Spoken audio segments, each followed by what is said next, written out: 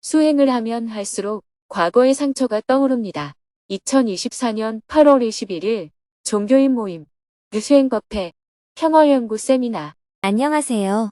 서울정토회관의 아침이 밝았습니다. 스님은 새벽 기도와 명상을 마친 후 아침 7시부터 온라인으로 결사행자회의에 참석했습니다. 코로나 팬데믹 이후 온라인 정토회로 전환해온 지난 5년을 평가하면서 앞으로 정토회가 지속적으로 발전해 나가려면 하반기에 어떤 준비를 해나가야 하는지 스님이 먼저 문제의식을 이야기해 주었습니다. 이어서 결자행자들이 활발하게 토론을 하는 동안 스님은 민족의 화해와 평화를 위한 종교인 모임을 하기 위해 아침 일찍 평화재단으로 향했습니다. 목사님, 신부님, 교무님, 주교님, 교령님이 모두 정토사회문화회관에 도착하자 다 함께 식사하며 모임을 시작했습니다. 식사를 마치고 평화재단 회의실로 자리를 이동하여 본격적으로 대화를 나누었습니다. 한국생명운동연대에서 자살 예방 캠페인을 하고 있는 김대선 교무님이 먼저 말문을 열었습니다. 통계를 보니까 2012년부터 한국의 자살률이 계속 감소해왔는데 올해부터 다시 증가하기 시작했다고 합니다. 코로나 이후 소상공인들이 경기 회복이 안 되면서 20대와 30대의 자살률이 증가하고 있는 상황입니다. 지금 한국에서 하루에 40명이 자살을 하고 있습니다. 그래서 저도 자살을 방지하기 위해서 대통령실에 자살대책위원회를 설치하자고 요구도 하고 여러 노력을 하는 중입니다. 교무님의 이야기를 듣고 스님이 한마디 했습니다. 자살대책위원회가 생기면 저한테 표창을 좀 해야 합니다. 제가 2012년부터 전국 300회 강연을 비롯하여 12년 동안 증문즉설 강연을 많이 했는데 그 사이 자살률이 계속 낮아졌거든요. 그러자 주교님이 웃으며 말했습니다. 스님은 자살률을 낮추는 데는 많은 공로가 있으시지만 출생률 저하에도 기여를 하셨기 때문에 그 공로가 반감된 측면도 있어요. 한바탕 크게 웃은 후 본격적으로 대화를 나누었습니다. 먼저 올해가 최재우 대신사 탄신 200주년인데 기념행사를 어떻게 할 것인지 의논을 했습니다. 먼저 스님이 몇 가지 제안을 했습니다. 종교인 모임에서 주최해서 최재우 대신사의 행적을 따라가는 버스 여행을 해보면 어떨까요? 경주에 가서 최재우 대신사의 탄생지와 깨달은 장소를 참배하고 학술 세미나를 한 후 남원으로 이동해서 동경대전을 집필한 덕미람을 참배하고 대신사의 사상체계를 살펴보고 동학농민혁명에 대해 이야기를 한 후 마지막에 서울로 올라와서 동학사상이 한국의 근현대사에 미친 역사적 의미에 대해 심포지엄을 하면 어떨까 싶습니다. 한국민주주의의 시원 최재우 대신사의 동학사상. 한국의 민주주의가 전부 서양에서 전래된 것이 아닙니다. 일본이 패망하고 미국에 의해서 대한민국 정부가 세워졌다고 보는 것과 3.1운동을 일으키고 상해 임시정부의 법통을 계승하여 대한민국 정부가 세워졌다고 보는 것은 엄청난 차이가 있듯이 오늘날의 민주화도 단순히 서양에서 이식된 것이 아닙니다. 물론 서양의 영향을 많이 받았지만 그 뿌리에는 동학의 후천 개벽 사상과 동학혁명이 있었습니다. 이러한 민중의 자생적인 노력이 외세의 억압에 의해 실패를 했다가 그것이 다시 분출이 되면서 서양의 민주화 흐름과 결합하여 오늘날 대한민국의 민주화가 이루어진 것이라고 할 수 있거든요. 우리의 내부에서 일어난 자생적인 운동이 바탕이 되고 거기에 외부의 영향이 결합되어서 오늘날 대한민국이 만들어졌다고 볼 수 있습니다. 그런 측면에서 최재우 대신사의 동학사상은 이후 3.1운동과 상해 임시정부로 연결되면서 우리 역사에서 매우 중요한 의미를 가진다고 생각합니다. 스님의 제안을 듣고 박종화 목사님이 한마디를 덧붙였습니다. 근현대사의 동학의 역할을 조명해보는 것은 종교를 떠나서 매우 의미가 있을 것 같아요. 동학이 실패한 이후 기독교와 천주교 신자가 갑자기 3배 이상 증가했다고 합니다. 비록 동학혁명은 실패로 돌아갔지만 당시 민중의 한은 다양한 방식으로 다시 품어지기 시작한 것이고 이것은 이후 천도교, 기독교, 불교가 협력해서 3.1운동을 할 수 있었던 원동력이 되었거든요. 결국 동학이 평화운동의 씨앗이라고 본다면 우리는 그 의미를 깊이 되새겨볼 필요가 있다고 생각합니다.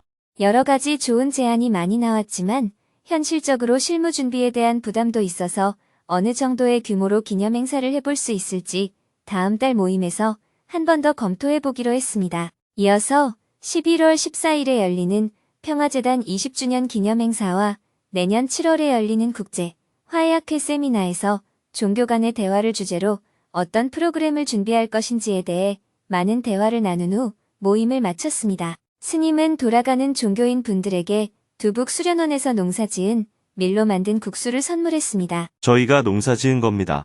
한번 맛보세요. 스님은 종교인 분들을 배웅한 후 수행법회 생방송을 하기 위해 서울 정토회관 방송실로 이동했습니다. 오전 10시부터는 정토회 회원들이 모두 화상회의 방에 입장한 가운데 수행법회 생방송을 시작했습니다. 먼저 지난 한 주 동안 정토회 회원들의 활동 모습을 영상으로 보았습니다. 대중이 삼배의 예로 법문을 청하자 스님이 인사말을 했습니다. 지난주에는 8.15 광복절을 맞이하여 전국 곳곳에서 정토회 회원들이 대한민국의 정체성을 분명히 하고 광복을 기념하는 활동을 활발하게 하였습니다.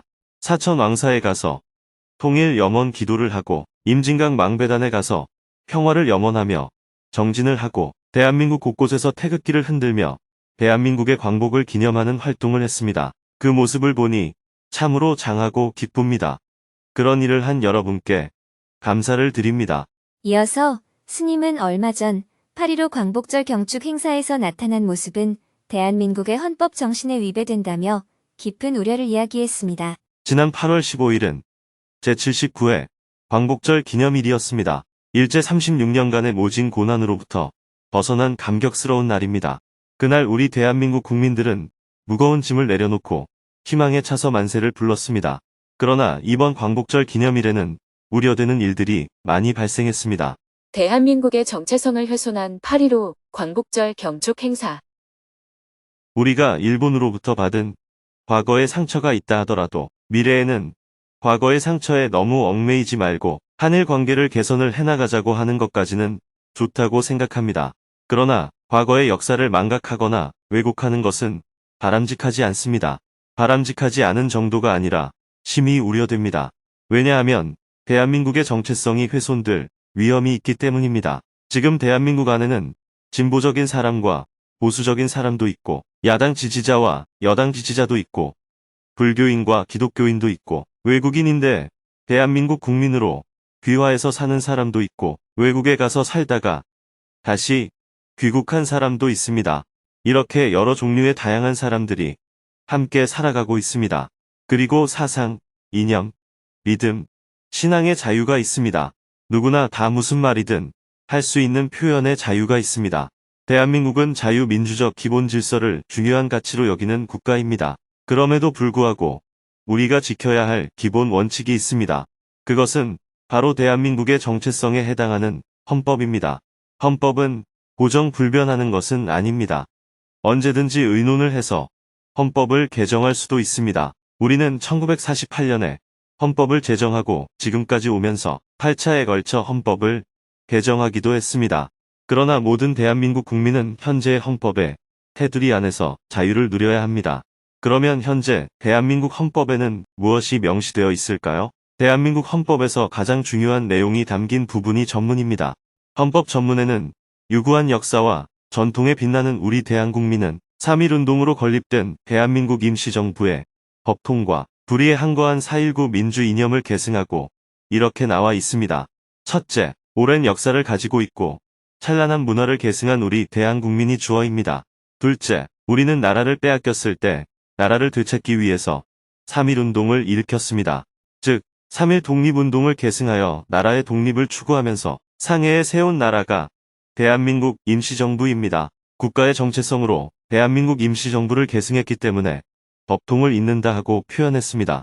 1948년 7월 17일 재헌의회에서 헌법을 선포할 때부터 헌법은 여러 번 바뀌어 왔지만 그럼에도 불구하고 그 기본 정신은 변함이 없었습니다. 셋째, 불의에 항거한 4.19 민주 이념을 계승한다고 되어 있습니다. 그 다음에 조국의 민주개혁과 평화적 통일의 사명에 입각하여 하고 표현되어 있습니다. 이것은 대한민국을 운영하는 사람이 민주개혁과 평화적 통일의 사명에 입각해서 나라를 운영해야 한다는 것을 뜻합니다. 헌법 전문의 핵심은 대한민국의 정통성이 하나는 3.1운동과 대한민국 임시정부로부터 나오고 다른 하나는 4.19 민주 이념으로부터 나온다는 것입니다. 그리고 조국의 민주개혁과 평화적 통일을 이룩하는 것이 대한민국이 나아가야 할 방향이라고 명시되어 있습니다. 무력에 의한 통일이 아니고 평화적으로 통일을 해야 한다는 겁니다. 이렇게 평화와 통일이 대한민국이 나아가야 할 방향이라고 헌법 전문에 명시가 되어 있습니다. 대한민국의 헌법은 모든 대한민국 국민이 지켜야 합니다. 물론 국민 중에 누군가는 헌법 내용에 동의하지 않고 반대할 수도 있습니다. 왜냐하면 우리는 언론의 자유, 이념의 자유를 가지고 있기 때문입니다. 그러나 적어도 우리가 낸 세금으로 월급을 받으며 국가의 공무를 수행하고 있는 사람들은 대통령을 비롯하여 모든 사람이 헌법에 손을 얹고 헌법의 가치를 수호할 것을 약속하도록 되어 있습니다. 모든 공무원이 그래야 합니다. 그런데 대한민국 공무원 또는 유관 단체장이 헌법 정신을 부정하는 발언을 하는 것은 대한민국을 부정하는 행위입니다. 한마디로 반국가 사범이라고 할 수 있습니다. 헌법을 부정하려면 공무원을 그만둬야 합니다. 자기 나름대로 어떤 다른 생각이 있다 하더라도 국가 공무원을 하는 동안은 헌법을 부정해서는 안 됩니다. 이견이 있다거나 문제가 있다고 생각한다면 함께 토론하고 국민 투표를 통해서 헌법을 개정해야 합니다. 현재 헌법 전문에는 5.16이 혁명이라는 얘기가 없어요. 물론 5.16 군사정변을 5.16 혁명이라고 헌법에 넣자고 주장할 수는 있습니다. 그러나 대한민국의 공무에 종사하는 사람이라면 최소한 현행 헌법은 지켜야 합니다. 이것은 진보의 문제도 아니고 보수의 문제도 아닙니다. 여당과 야당의 문제도 아니고 불교와 기독교의 문제도 아닙니다. 이런 문제를 자꾸 진보와 보수의 문제로 보면 안 됩니다. 그가 진보든 보수든 그것은 개인의 자유지만 대한민국 국민은 모두 헌법을 지켜야 합니다. 그래야 대한민국의 정체성이 유지될 수가 있습니다. 그런데 이번 8.15 경축 행사를 포함하여 대한민국의 정체성을 훼손하는 주장들이 계속 나오고 있습니다. 1948년을 대한민국 건국으로 규정하는 것의 위험성. 현재 남한과 북한에 두 개의 정부가 세워져 있지만 남한이 북한보다 더 정통성을 계승하고 있다고 주장할 수 있는 근거는 3.1운동과 대한민국 임시정부의 법통을 이어받았다는 점입니다. 그래서 국가 이름도 대한민국이라고 그대로 쓰는 겁니다. 그런데 1948년에 남한의 하나의 정부가 수립되고 북한의 다른 하나의 정부가 수립된 그때를 대한민국 건국으로 규정하면 북한에 대해서 우리가 정통성을 주장할 명분이 없어집니다. 뿐만 아니라 1948년을 대한민국 건국이라고 규정하면 그 이전에 독립운동을 했던 사람이나 친일을 했던 사람들은 오늘날 대한민국과는 전혀 관계없는 사람들이 됩니다. 이것은 민족의 정기를 훼손하는 행위입니다. 1919년 3.1운동으로 건립된 대한민국 임시정부의 법통을 계승했다는 정통성을 가질 때 나라의 독립을 위해 활동했던 사람이 칭송을 받을 수 있고 독립운동에 반대했던 사람이나 독립에 장애가 된 사람이 비판을 받을 수가 있는 겁니다. 물론 해방 이후 대한민국 정부 수립을 위해 일한 사람들도 공헌자로 인정해야 합니다. 만약 어떤 사람이 일제시대 때는 친일을 했지만 대한민국 정부 수립 이후에는 공로가 있다면 친일을 한 것은 친일을 한 대로 비판을 해야 하고 정부 수립에 공로가 있는 것은 그 공로대로 인정을 해야 합니다. 또한 독립운동은 했는데 북한 정부 수립에 이바지한 사람이 있다면 이 사람은 대한민국 독립에 이바지한 공로가 있지만 대한민국 정부 수립 과정에는 해를 끼쳤다고 사실대로 기록해야 합니다. 8.15 광복절에 일제강점기 역사와 독립운동을 언급하지 않는 대통령. 최소한 8월 15일 광복절만큼은 과거 일본이 우리나라를 강제로 합병하고 얼마나 많은 고통을 주었는지 사실대로 말해야 합니다. 우리의 토지를 빼앗고 부녀자들을 위안부로 삼아 전쟁에 강제 동원하고 청년들을 전쟁의 학도병으로 보내 총알바디가 되게 하고 강제 노역을 시키는 등 일본이 우리 민족에게 엄청난 고통을 준 것은 사실입니다. 우리는 다시는 이 고통을 당하지 않기 위해 더욱더 국가를 발전시키고 지켜내야 합니다. 그러나 우리가 너무 과거에 집착하고 얽매여서 미래의 발전을 함께 도모할 일본과 계속 적대 관계를 유지하는 것은 국가의 발전에 도움이 안 됩니다. 과거의 잘못에 대해서는 일본 정부에 충분한 사죄를 하도록 요청하지만 사죄하지 않는다고 관계를 끊을 수는 없습니다. 우리는 한일 관계를 잘 풀어나가자는 발언까지는 수용할 수 있습니다.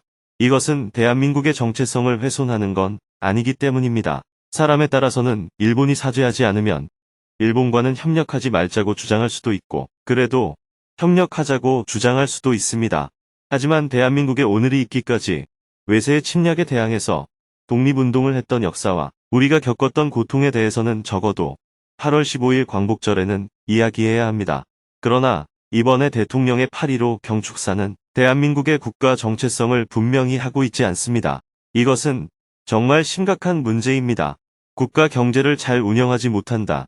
노동정책에 문제가 있다. 의료 문제를 제대로 해결 못한다. 이런 것은 정부가 국가 경영을 잘못했다고 평가하면 될 일입니다. 그런데 이 문제는 국가의 정체성과 대한민국 국민의 정체성을 훼손할 위험이 있기 때문에 다른 정치적인 문제와는 전혀 다른 차원의 문제라고 볼 수 있습니다. 이 문제는 진보니 보수니, 여당이니 야당이니, 기독교인이니 불교인이니 하는 것과 관계없이 헌법의 기초에서 봐야 합니다. 특히 국가 공무원 또는 그에 준하는 유관 기관의 대표자들이 대한민국의 정체성을 부정하는 자세를 취하는 것은 심각하게 우려되는 일입니다. 그분들은 빨리 그 자리에서 물러나야 합니다. 직책을 유지하려면 더 이상 그런 발언을 하지 말아야 하고, 과거에 그런 발언을 했다면 사과해야 합니다. 정치적인 견해는 개인의 자유에 속하지만 적어도 국가의 정체성을 부정하는 사람이 국가 공무원이 되어서는 안 됩니다.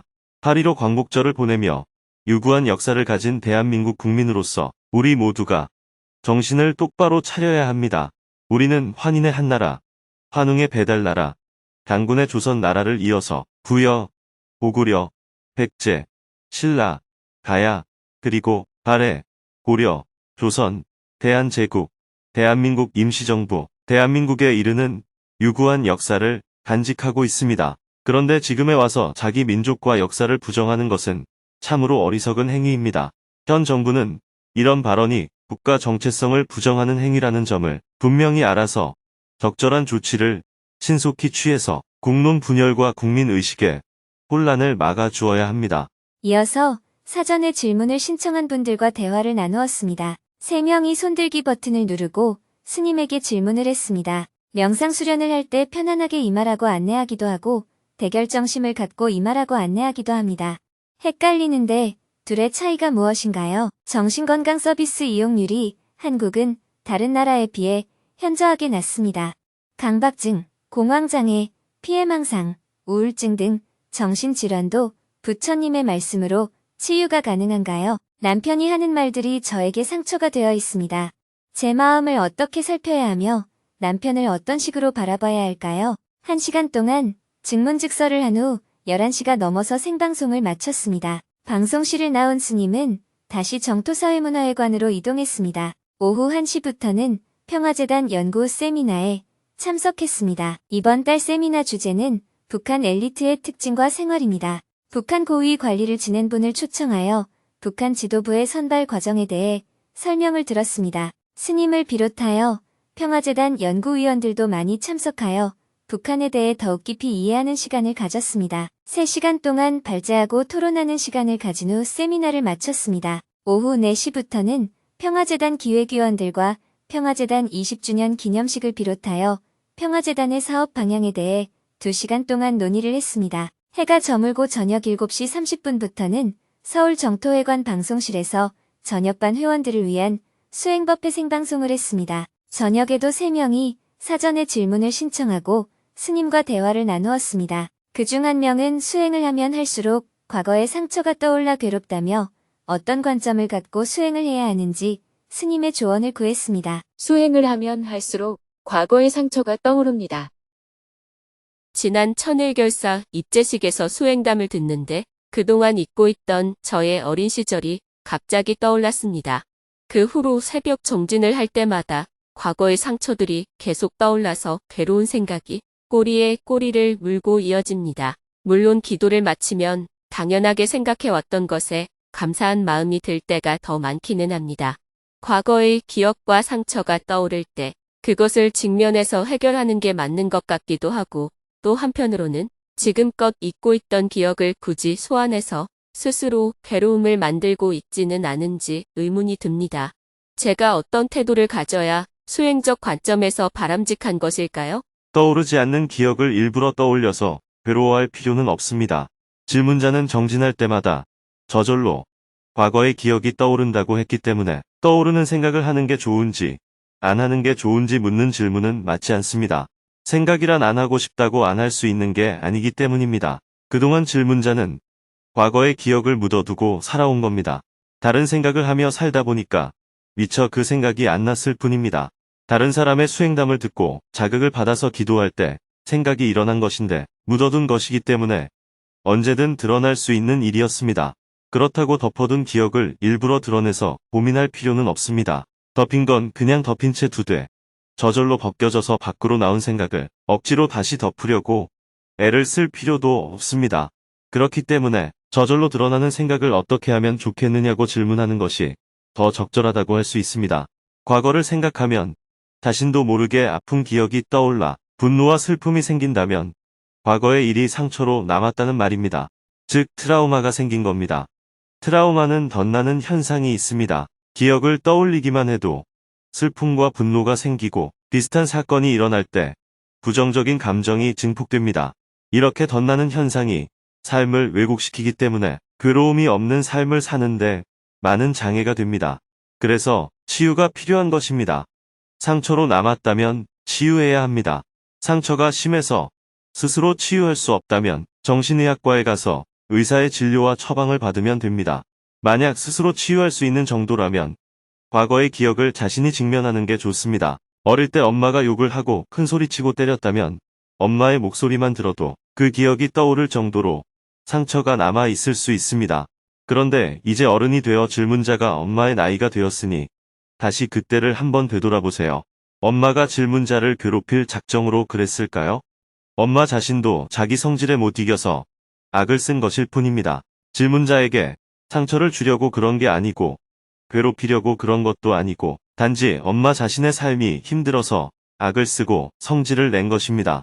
물론 엄마가 자식에게 나쁜 영향을 주지 않으면 좋겠지만 엄마의 수준이 그만큼인 것을 어떻게 하겠어요? 엄마에게 약간의 문제점이 있다고 해도 밥 먹이고 옷 입히고 빨래해서 질문자를 이만큼 키워줬습니다. 만약에 질문자가 아이를 낳아 키운다면 질문자도 성질이 나서 자신도 모르게 아이에게 고함 지르는 행위를 할 수가 있습니다. 가끔 그렇게 할지라도 아이를 미워하는 마음보다 사랑하는 마음이 훨씬 크지 않겠어요? 어른이 되어 경험한 것을 바탕으로 엄마가 나를 미워한 게 아니라 엄마도 힘들어서 그랬구나 하고 엄마를 이해할 수 있어야 합니다. 어렸을 때는 상처를 받았지만 어른이 되어서 다시 돌아보니 별일 아니구나 하고 자기 치유를 해나가야 합니다. 기억을 떠올려도 더 이상 분노나 미움이 일어나지 않는다면 치유가 된 것입니다. 그러나 기억 자체를 하지 않는 것으로 문제가 없다고 느낀다면 그것은 치유된 게 아니라 단지 덮어놓은 것에 불과합니다. 기억이 안 나서 상처가 안 일어나는 것은 언제라도 기억이 떠오르면 상처가 드러나게 됩니다. 과거의 기억을 떠올려도 감정이 일어나지 않는다면 치유가 되었다고 볼 수 있습니다. 수행은 과거 상처를 잊고 사는 게 아닙니다. 상처를 치유해서 상처로부터 자유로워지는 것이 바로 수행입니다. 스스로 치유할 수 없을 만큼 상처가 크다면 전문가의 도움을 받아서 치료해야 합니다. 상처가 그리 크지 않다면 스스로 치유할 수가 있는데 그것을 우리는 수행이라고 합니다. 부모로부터 상처를 받았다면 오히려 부모님께 감사의 기도를 드려야 합니다.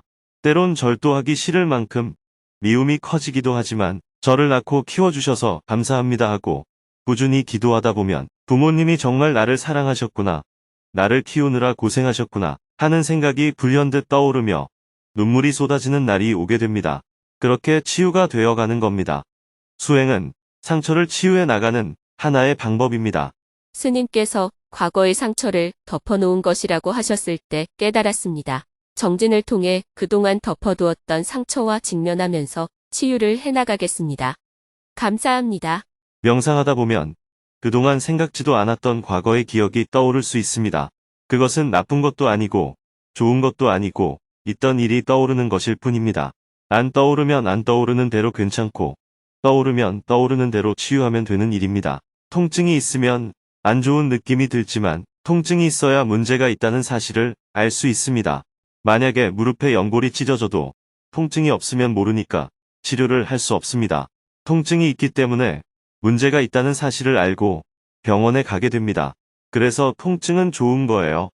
통증이 없으면 엉덩이에 욕창이 생겨 살이 썩어도 알 수가 없습니다. 통증은 문제가 있다는 것을 알려주는 좋은 것입니다. 계속해서 질문들이 이어졌습니다. 대화를 마치고 나서 스님이 닿는 말씀을 했습니다. 저는 내일부터 스위스를 시작으로 독일, 튀르키예, 시리아, 인도, 부탄, 태국을 거쳐서 다시 호주, 뉴질랜드, 동티모르 그리고 캐나다, 미국까지 한 달간의 해외 일정을 떠납니다. 강연도 하고 인도적 지원도 하면서 다닐 예정인데 강행군이 될 것 같습니다. 비행기를 타고 이동 중이거나 인터넷 연결이 어려운 곳에 있을 때는 한두 번 정도 생방송 법회를 못할 수도 있습니다. 그럴 때는 다른 법사님이 법회를 하시거나 또는 지난 영상으로 법회를 대체하게 될 수도 있으니 미리 양해를 구합니다. 생방송을 마치고 나니 밤 9시가 넘었습니다. 내일은 평화재단에서 북한 전문가들과 조찬 모임을 한 후 점심에는 평화재단을 찾아온 손님들과 대화를 나누고 저녁에는 인천공항에서 비행기를 타고 스위스 취리히로 이동합니다. 내일부터 스님은 한 달 동안 해외 10개국을 방문하며 증문즉설 강연과 인도적 지원 활동을 할 예정입니다.